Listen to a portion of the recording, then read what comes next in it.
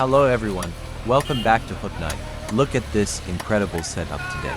We have a fresh, slippery Pangas fish right on the traditional wooden cutting block.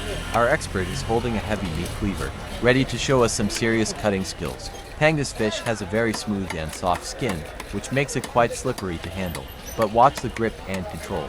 With one powerful swing of the cleaver, the processing begins. It takes years of daily market experience to handle a heavy blade with this much control and safety.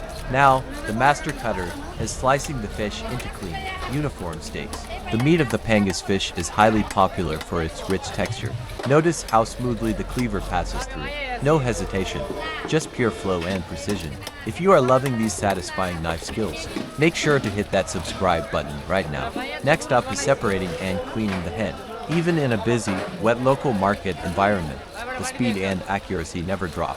Every single cut is perfectly calculated for traditional culinary preparation. And there you have it. The Pangas fish is perfectly processed and ready for a delicious local curry.